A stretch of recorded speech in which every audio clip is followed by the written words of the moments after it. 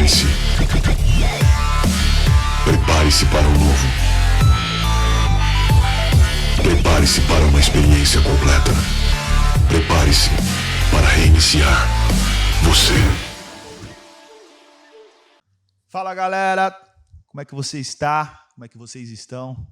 Este é o Reset. Você já sabe que é o Reset, né? Mas você já curtiu lá as nossas redes sociais? Já foi lá no Instagram? Já foi no Facebook? Já curtiu o nosso canal aqui do YouTube? Já ativou o sininho para receber as novidades? Tá esperando o quê, meu querido? Ah, já fez tudo isso. Já compartilhou com alguém?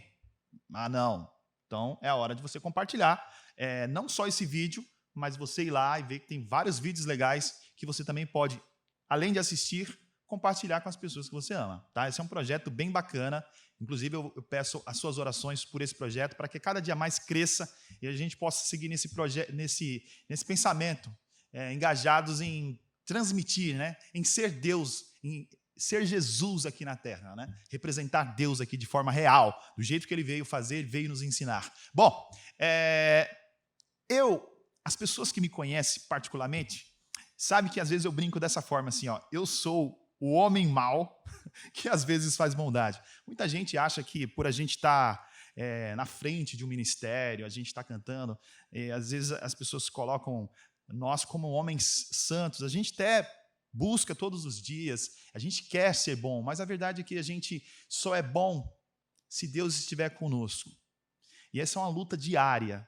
E essa música que eu vou cantar agora, vou começar cantando, é uma música que eu canto praticamente todos os dias em pensamento, pedindo para Deus me ajudar a melhorar. Só Ele vai poder me ajudar a melhorar, vai poder te ajudar a melhorar.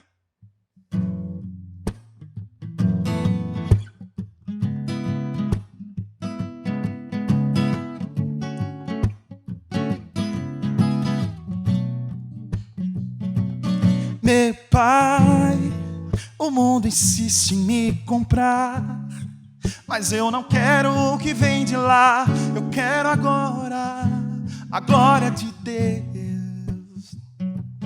Cansei, já não quero mais viver pra mim. De uma vez por todas vou me esvaziar, vou mandar embora o que não é teu. Perdoa todas as vezes que te entristeci. Não pensei em Cristo, só pensei em mim. Me ajude a melhorar. Me ajude a melhorar. Sozinho eu não consigo mais, eu sei. Eu sou humano, eu só sei errar. Me ajude a melhorar.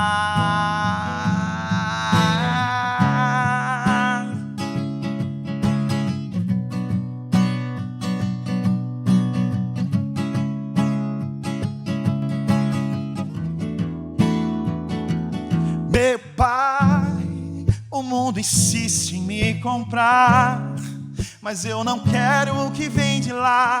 Eu quero a glória de Deus. Cansei, já não quero mais viver pra mim. De uma vez por todas vou me esvaziar, vou mandar embora o que não é seu. Perdoa todas as vezes que te entristeci. Não pensei em Cristo, só pensei em mim. Me ajude a melhorar. Me ajude a melhorar. Sozinho eu não consigo mais, eu sei. Eu sou humano, eu só sei errar. Me ajude a melhorar. Me ajude a melhorar. Sozinho eu não consigo mais, eu sei. Eu sou humano, eu só sei errar. Me ajude a melhorar. E sabe, quando a gente clama, Deus, o coração dele assim se quebranta para ouvir clamores sinceros. E eu sinto que Deus tem me ajudado a dar passos em direção ao meu objetivo, né? E eu tenho certeza que Deus também pode te ajudar e está te ajudando a dar passos rumo ao seu objetivo. Quer estar mais próximo dele, quer sentir o amor, quer amar as pessoas. Essa é a nossa missão aqui nessa terra. Porque o que Deus faz para nós é só amar. Ele não está preocupado se você acertou essa semana, se você errou, se você fez tudo aquilo que você prometeu que não ia fazer. Deus não está preocupado com isso. Deus está preocupado em nos amar e estar perto de nós.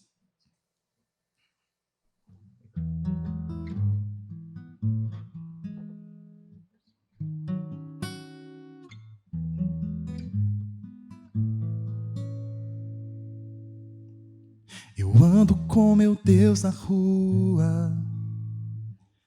Quando chego em casa, Ele está comigo. Eu falo com meu Deus na hora de dormir.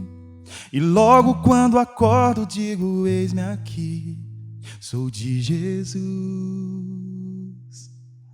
E mesmo atarefado, eu estou ligado. Eu não abro mão da presença e no partir do pão em cada comunhão.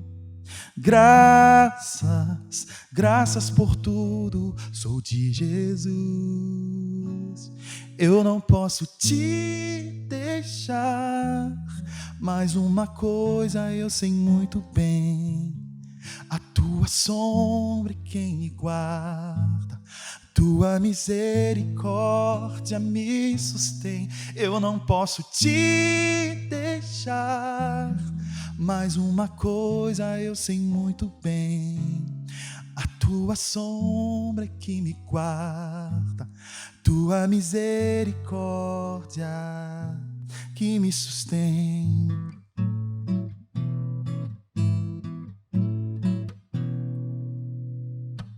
Pai, perdoa os meus erros e me ensina a te amar. Venha a nós teu santo reino e me ensina a perdoar. Pai, perdoa os meus erros e me ensina a te amar. Venha a nós teu santo reino e me ensina a te amar.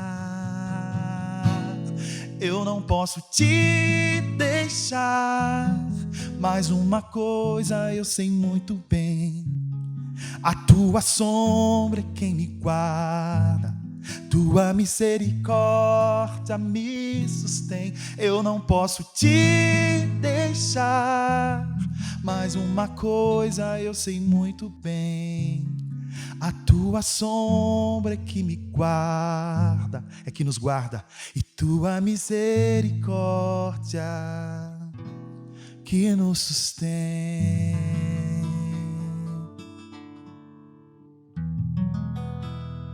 Reset, você começa agora.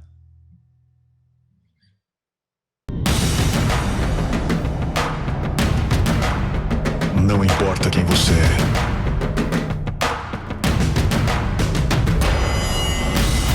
Onde você está.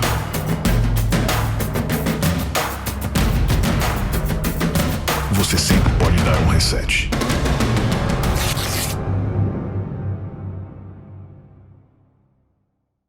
E aí, galera, mais uma vez a gente está juntos. Legal que você está conectado com a gente. Esse é mais um reset para você. Espero que esteja curtindo tudo que você viu até agora. E eu tenho certeza que o que você vai ver pela frente você vai curtir ainda muito mais. O reset é isso. É esse movimento que está fazendo diferença na vida de tanta gente, um movimento com centralidade em Jesus, que tem como objetivo conectar pessoas com pessoas, conectar a gente com Deus, permitir a gente viver a missão de Jesus. É muito legal você estar com a gente aqui. E hoje quem vai estar aqui com a gente é um amigo meu, pouco tempo atrás ele esteve aqui no Reset, está de volta, é Andrei Masson. Você tenho certeza que você vai curtir muito o que ele vai falar hoje, porque ele vai falar de um tema importante para nossa experiência de jornada com Deus, que é identidade e missão. Curiosamente, esse mesmo tema é o tema que a gente está tratando nos nossos grupos de crescimento espiritual. Então eu já quero fazer um convite para você se envolver nos nossos grupos de crescimento espiritual. Está no finalzinho da temporada, mas ainda dá tempo de você entrar, participar e crescer espiritualmente. Queria também aproveitar para fazer mais alguns convites para você se envolver nas nossas ações de impacto social. Tem muita coisa rolando aí. Entra no nosso site, nas nossas redes sociais e fica antenado no que está acontecendo e se envolve. Jesus desafiou seus discípulos para fazer diferença na vida das outras pessoas. E o Full Time, que são as nossas ações de impacto social, tem como objetivo fazer diferença na vida do outro. E você pode se envolver doando seu tempo ou doando financeiramente para o nosso projeto. Então fala com a gente aí pelas redes sociais e diz como você quer se envolver. Tá legal? Um outro convite para você é para você se envolver nos nossos grupos de oração que acontecem todos os domingos às 11h30. O Prayer. Entra no nosso site, procura lá por Prayer e você vai encontrar um link, clica lá e você vai instantaneamente participar do nosso grupo de oração no domingo. Tá legal? É isso. Fica com o Andrei Masson, agora aí com esse tema extraordinário de identidade e missão. Reset, você começa agora. Reset sua mente. Reset sua vida. Reset sua história. Reset você. Fala galera do Reset, bom estar de volta com vocês aqui, mais uma vez, ainda à distância, ainda com essa tela separando a gente, não vejo o dia da gente poder estar junto aqui de novo, com a galera reunida, e eu espero que o Irã me convide de novo para estar aqui com vocês. Quero falar sobre recomeço com vocês hoje, quero falar sobre identidade, e eu quero ler um texto para a gente começar, que está em 1 João, capítulo 3, verso 1, diz assim: Vede que grande amor nos tem concedido o Pai, a ponto de sermos chamados filhos de Deus, e de fato somos filhos de Deus. Por essa razão o mundo não nos conhece, porquanto não conheceu a Ele mesmo. Vede que grande amor nos tem concedido o Pai, o direito de sermos chamados seus filhos, e de fato somos filhos de Deus. Eu não sei se você acredita nesse texto que eu acabei de ler. Eu não sei se você acredita mesmo nisso que João falou sobre quem nós somos. Eu não sei se você está vendo uma crise de identidade, se você está pensando em ressignificar a sua vida, ou se sua vida já perdeu todo sentido, ou se você já não sabe mais quem você é. Mas o que eu queria te dizer nessa noite aqui, nesse momento que você está assistindo isso aqui, é que há um novo começo, há uma maneira de ressignificar todas as coisas. E isso tem que ver com um entendimento novo da nossa identidade, centrado em Jesus. Não é isso aquilo que pretendemos ser, um movimento centrado em Jesus, reconectando as pessoas, elas umas com as outras, você com o outro, você com Deus, você com a missão, centrados no Cristo. Isso tudo é definidor da nossa identidade. Eu era pastor de um colégio, pastoral estudantil de um colégio adventista aqui em São Paulo, um grande colégio, 2.500 alunos, e eu era responsável por pastorear toda aquela galera, do infantil até o ensino médio. Aí você imagina 2.500 crianças e adolescentes. E eu lembro que quando eu cheguei lá, na primeira semana, eu fui falar para eles num auditório, para todo mundo, e eu falei assim, todo mundo que quiser falar comigo, é só colar lá na minha sala, pode ficar à vontade, a porta está aberta. E eu nunca imaginei que alguém com aquela idade ia procurar um pastor, que alguém ia querer perder tempo indo na sala do pastor com 16 anos de idade. Eu devia ter pensado melhor, devia não ter feito aquele convite, porque no tempo que se passou ali, que eu estive naquele colégio, a minha sala era o tempo todo cheia de pessoas, de meninos e meninas, da faixa dos 12, 13, 14, 15, 16 anos, até aí, tentando encontrar um sentido para a existência. Eu não podia imaginar quais as crises enfrentam esses adolescentes, essa geração, em relação ao sentido da vida. Quantas vezes eu tive que aconselhar adolescentes a adotar o protocolo adequado que a escola tem que adotar, em casos de adolescentes que chegavam para mim e falavam assim, pastor, eu tentei tirar minha vida esse final de semana. Pastor, eu estou indo para casa, mas é capaz que amanhã eu não volte aqui porque eu não quero mais viver. Em meio a todas essas crises, um menino de 16 anos de idade foi na minha sala, e eu não esqueço desse episódio. 16 anos de idade, terceiro ano do ensino médio, ele colou na minha sala, falou assim, pastor, eu quero falar com você. Eu falei, senta aí, fica à vontade, vamos trocar ideia. Ele falou, pastor, estou saindo da igreja. Eu falei, bom, normal, né? Encostei, sentei na minha cadeira, falei, coisa mais normal do mundo é um moleque de 16 anos de idade em fuga dos bancos da igreja. Porque se tem uma coisa que essa geração está, é em fuga dos bancos da igreja. Por quê? Era a razão de eu estar ali conversando com ele. Mas ele chegou para mim dizendo assim, eu estou saindo da igreja. Ele era membro de uma igreja ali perto, da mesma denominação da escola, e ele virou para mim e falou, eu estou saindo da igreja, pastor. Eu falei, bom, então pega aqui essa folha. Eu dei uma folha de papel sulfite para ele, uma caneta Bic. Eu peguei uma folha de papel sulfite, uma caneta Bic. Eu falei assim, eu quero que você escreva aqui nessa folha as razões pelas quais você não gosta da igreja. E eu vou pegar minha folha, eu tinha visto isso de um colega meu que era pastor também, ele tinha feito, falei, chegou minha hora de fazer isso. Eu falei, eu vou pegar essa folha e eu vou pôr aqui as razões pelas quais eu não gosto da igreja. E se tem uma coisa que eu posso dizer, ou a respeito do que posso dizer, é a respeito da igreja. Porque eu nasci dentro dessa subcultura religiosa. Eu nasci dentro dessa bolha igrejeira. Lá na minha casa, o meu avô era pastor, o meu pai é pastor, o meu irmão é pastor, e eu tentei fugir, mas não deu muito certo. E eu também virei pastor. Eu nasci dentro de um hospital que tinha o nome da igreja. Se tem uma coisa sobre a qual eu posso dizer alguma coisa, é sobre a igreja. E eu falei para ele, escreve aí, eu tenho certeza que quando terminar a minha folha vai ter mais motivos pelos quais eu não gosto da igreja do que a sua. E a gente começou a escrever, enquanto a gente escrevia, ele começou a colocar no papel aquelas coisas normais. Na igreja só tem hipócrita, e ele esqueceu que ele era mais um hipócrita também ali. Na igreja tudo não pode, na igreja isso, aquilo. Enquanto ele escrevia, eu comecei a perguntar para ele, e aí, mano, como é que tá? Você saiu da igreja, tá da hora agora, tá dando rolê, tá pegando geral, tá indo pra balada, tá curtindo a vida, tá da hora. E ele olhou para mim e falou assim, não, pastor, eu não tô fazendo nada disso aí não. Ele falou, mas... O que você está fazendo? Você saiu da igreja e você está fazendo o quê? Não está curtindo? Está dando rolê? Não, pastor, não estou fazendo nada disso, não. Eu falei, o que você está fazendo? Ele falou, não, pastor, eu estou seguindo Jesus agora. Eu falei, como é que é? É, pastor, eu saí da igreja, agora eu estou seguindo Jesus. Eu inclinei a cadeira para trás e fiz aquele meme do... Fale-me mais sobre isso. Como que é? Como assim? Você saiu da igreja e agora está seguindo Jesus? É, pastor, eu saí da igreja, agora eu estou vivendo o reino. Agora eu estou vivendo o evangelho, pastor. Agora eu estou dando rolê do reino. E quando ele falou rolê do reino, eu falei, mano, registre isso aí, abre um canal do YouTube, porque essa frase é sensacional. Você está dando o quê? Estou dando rolê do reino. Eu falei, o que é um rolê do reino? Ele falou, pastor, eu pego os meus amigos, a gente vai para a rua e a gente vai ser Jesus para as pessoas, pastor. Eu saí da minha igreja, agora eu estou seguindo Jesus. E aí ele me disse uma outra coisa que foi uma faca no meu estômago, assim. Ele virou para mim e falou assim, pastor, lá na minha igreja estão dizendo que eu apostatei. Apostatar faz parte do glossário igrejeiro, do vocabulário igrejeiro. Apostatar é como os crentes dizem sobre aqueles que abandonaram a fé ou saíram da igreja. Saiu da igreja e apostatou. É, pastor, lá na minha igreja estão dizendo que eu apostatei. Mas, pastor, eu não saí para a apostasia. Eu saí da apostasia que a minha igreja virou. Sabe por quê, pastor? Porque a minha igreja não tem razão nenhuma de existir, não tem propósito nenhum. A minha igreja só existe para fazer culto de quarta, sábado e domingo, ficar brigando para saber quem é que manda na igreja e com que roupa que pode ir lá cantar na frente. A minha igreja só serve para isso. Não tem mais razão nenhuma de existir. Agora eu saí da igreja, pastor. Eu estou seguindo Jesus. Eu confesso para você que eu queria ter uma resposta para dar para aquele menino. Na realidade, não é que nem que eu queria ter uma resposta. Eu era pago para ter uma resposta para dar para aquele menino. Era a minha função ali naquela escola, convencer ele do contrário. Mas eu confesso que ali eu tive que baixar a cabeça e admitir que ele não estava tão errado assim. Qual que é a razão de existir da igreja, né? E ele saiu da igreja e agora ele dizia que ele estava seguindo Jesus. E eu queria ter uma resposta para dar para ele. Eu confesso para vocês que eu passei aquele ano todo naquele colégio, tentando encontrar uma resposta para aquele menino. Todos os estudos bíblicos que dei, todas as classes bíblicas que dirigi, todos os cultos que realizei, todas as capelas que fiz, foi pensando em encontrar uma resposta para ele. E no meio de tantas reflexões que tive, uma delas foi definitiva para mim. Não que ela seja a resposta conclusiva, mas ela fez sentido para mim.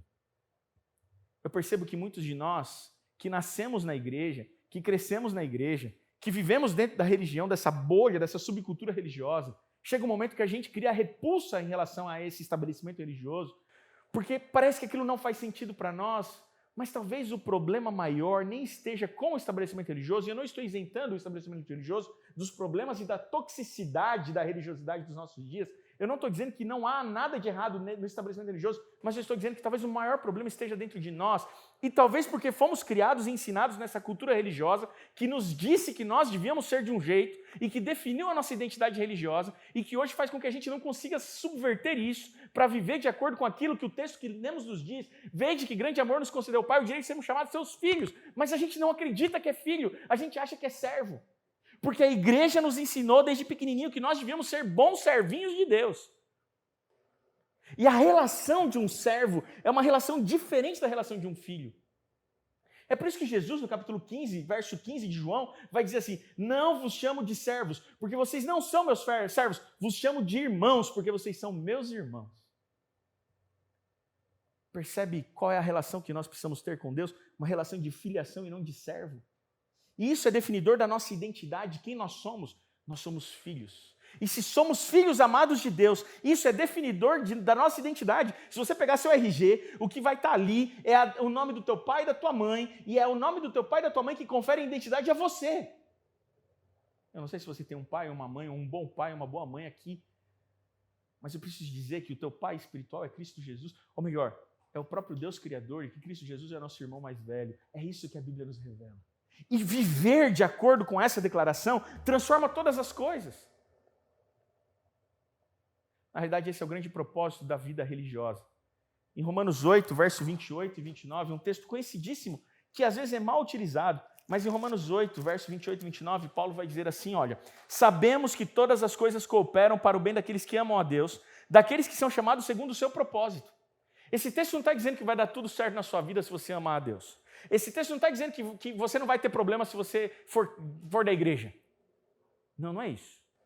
O que esse texto está dizendo é que todas as coisas colaborarão em prol de um propósito. E qual é o propósito comum entre todos nós? O propósito comum está no verso 29. Todas as coisas cooperarão para o bem daqueles que amam a Deus, daqueles que são chamados segundo o seu propósito, a saber, verso 29. Porquanto aos que de antemão conheceu, também os predestinou para serem conformes à imagem de seu filho, a fim de que ele seja o primogênito entre muitos irmãos. Nós somos criados no Éden, a imago Dei, a imagem de Deus. E fomos criados a imagem de Deus para a imitatio Dei. Acontece que com o pecado, nós perdemos a imagem do Cristo, ou melhor, a imagem de Deus. A imagem de Deus foi perdida no Éden depois do pecado.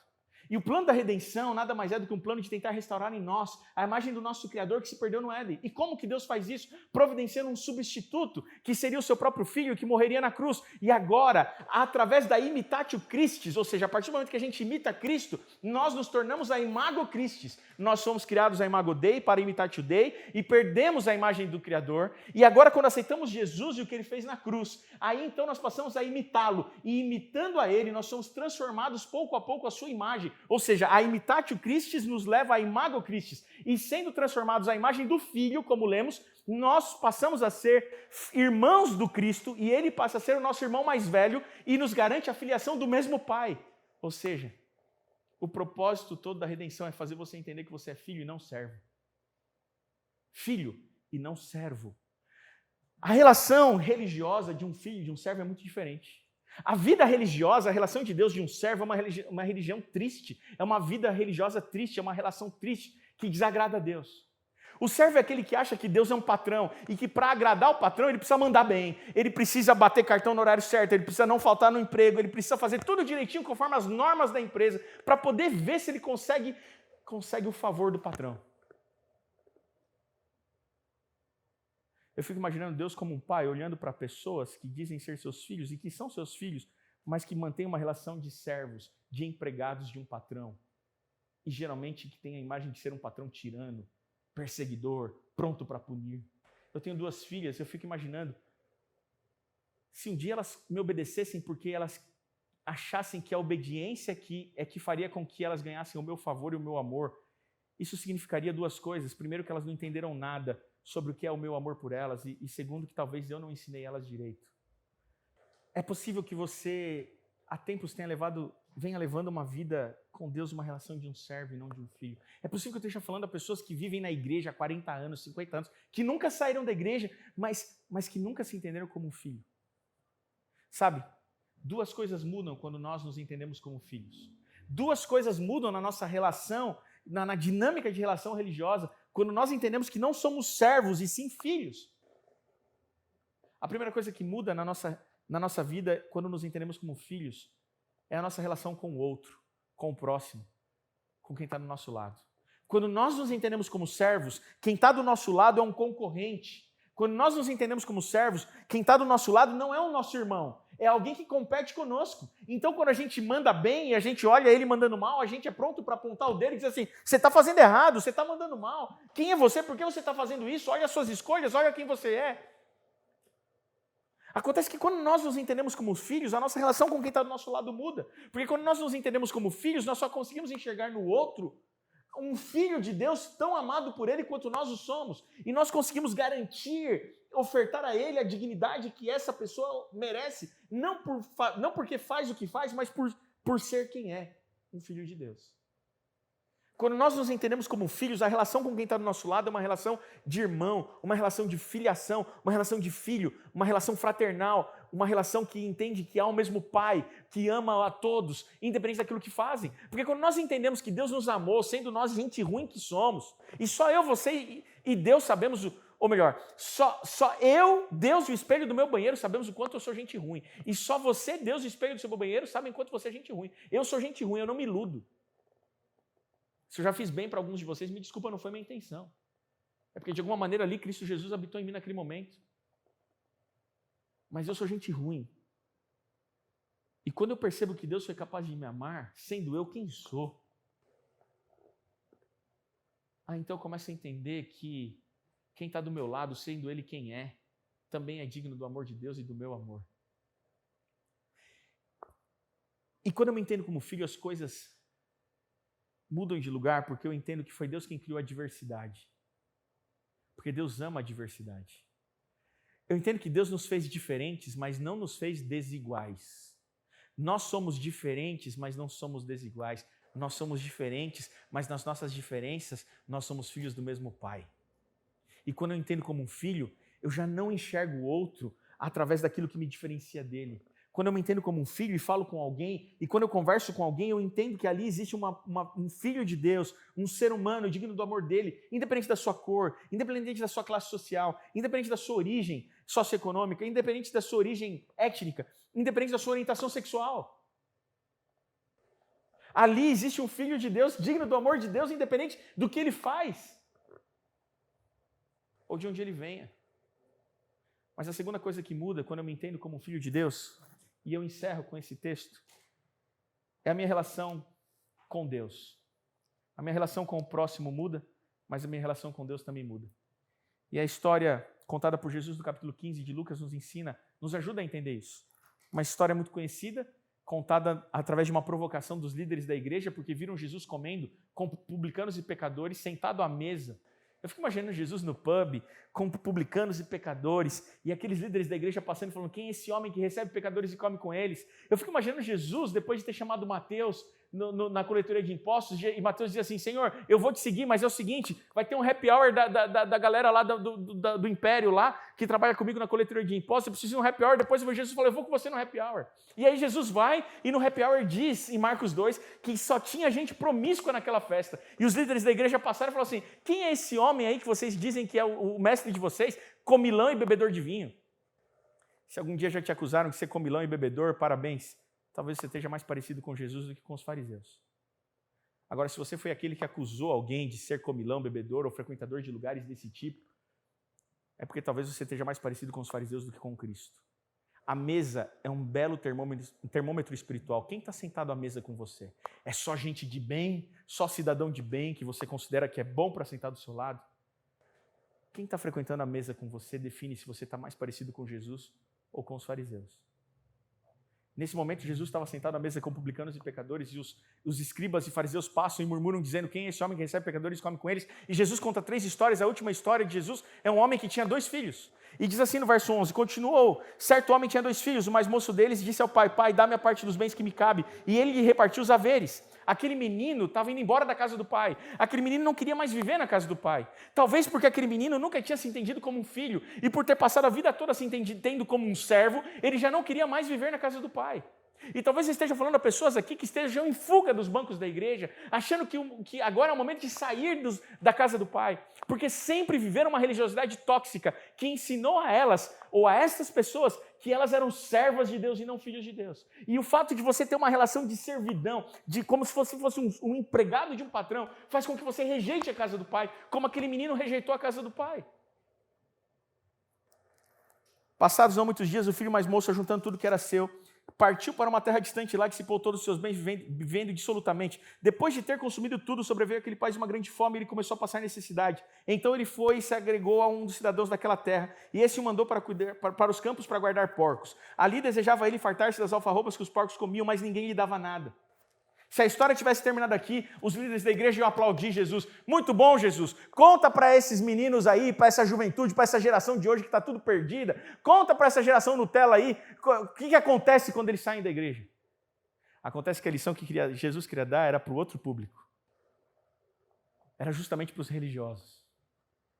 Verso 17. Então, caindo em si, disse, quantos trabalhadores de meu pai têm pão com fartura, e eu aqui morro de fome? Levantar-me-ei, irei ter com meu pai, e lhe direi, pai, pequei contra o céu diante de ti, já não sou digno de ser chamado teu filho, trata-me como um dos seus servos. Aquele menino quer voltar para a casa do pai para ser servo, porque ele nunca se entendeu como um filho. E por ele ter passado a vida toda na casa do pai como um servo, chegou um momento que ele falou, chega, isso não é real. A minha relação com meu pai não é real. Eu não sou um filho, eu sou um servo, eu quero ir embora.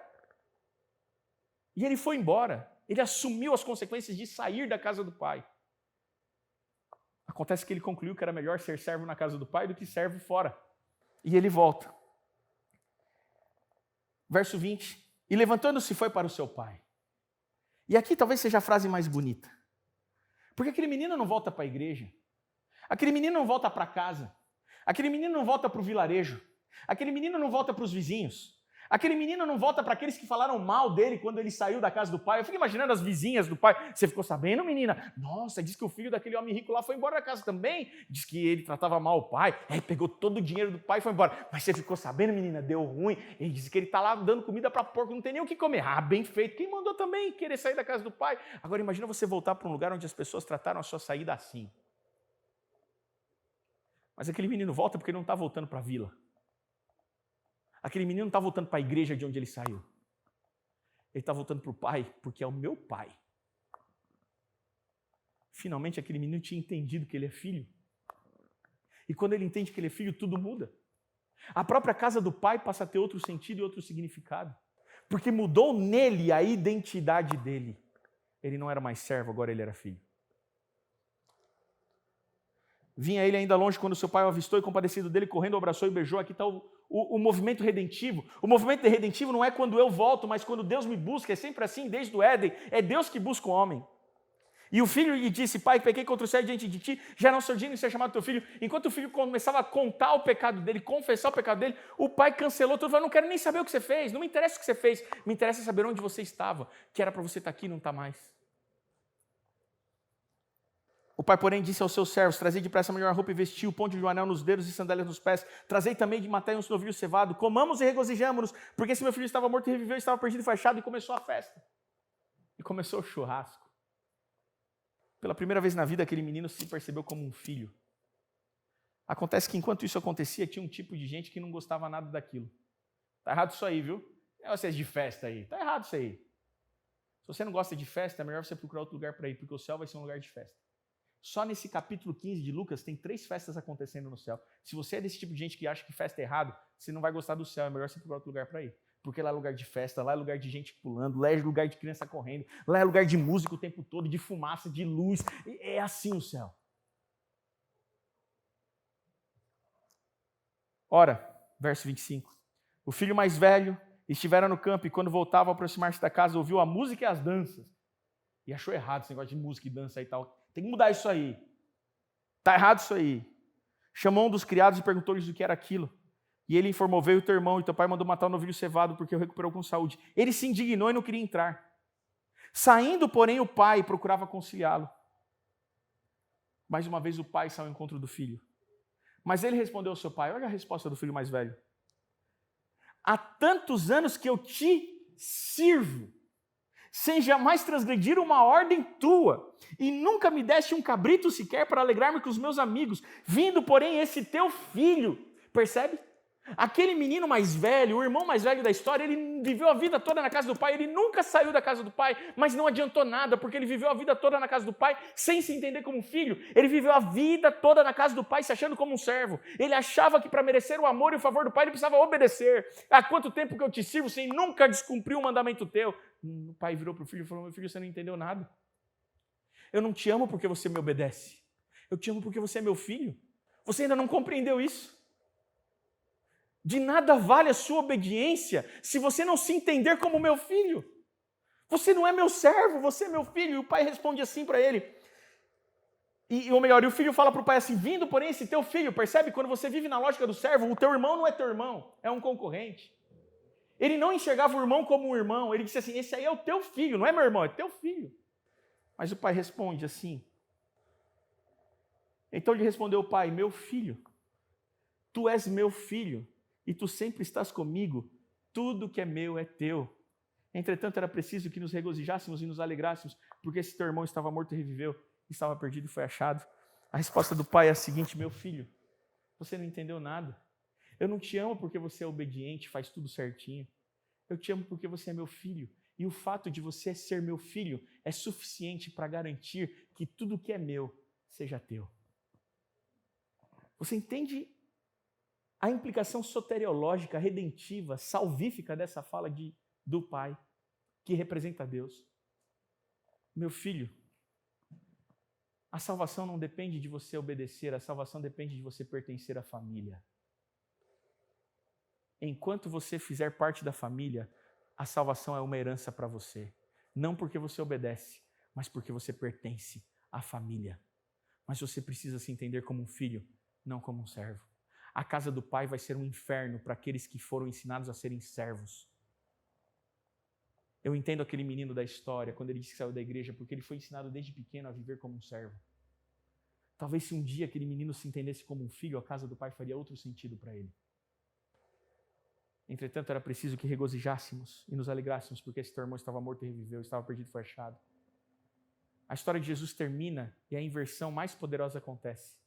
Quando a história de Jesus termina, o filho mais novo, que representava os frequentadores de balada que estavam comendo com Jesus, ele termina a história do lado de dentro da casa, salvo e se entendendo como um filho.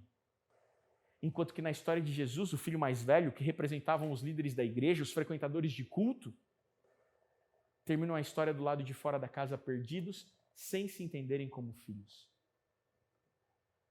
O meu desejo para você que está assistindo esse vídeo é que de alguma maneira isso tudo que falamos e refletimos faça com que você saia desse vídeo aqui, ressignificando, recomeçando, restartando, resetando a sua identidade. E que você saia desse momento aqui que você está tendo com Deus diante desse device que você está assistindo isso, se entendendo como um filho e não como um servo. E entendendo que Deus ama quem você é, não quem você deveria ser. Porque até que Ele volte, nenhum de nós seremos como devíamos ser. Posso orar por você? Querido Pai, o Senhor sabe que eu estou falando aqui para um monte de gente que escolheu sair da casa do Pai porque não aguenta mais ter uma relação triste de servo e empregador, de patrão e empregado contigo, Senhor. E é bem verdade, Senhor, que nem o Senhor se agrada dessa relação. E que nem o Senhor queria ter essa relação com a gente.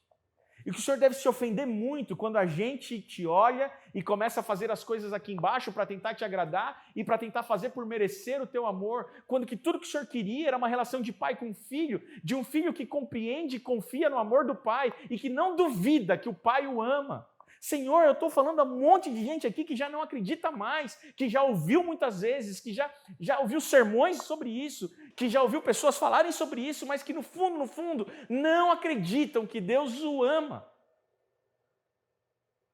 Porque de alguma maneira a religião ensinou a essas pessoas que elas precisam fazer por onde para merecerem o teu amor.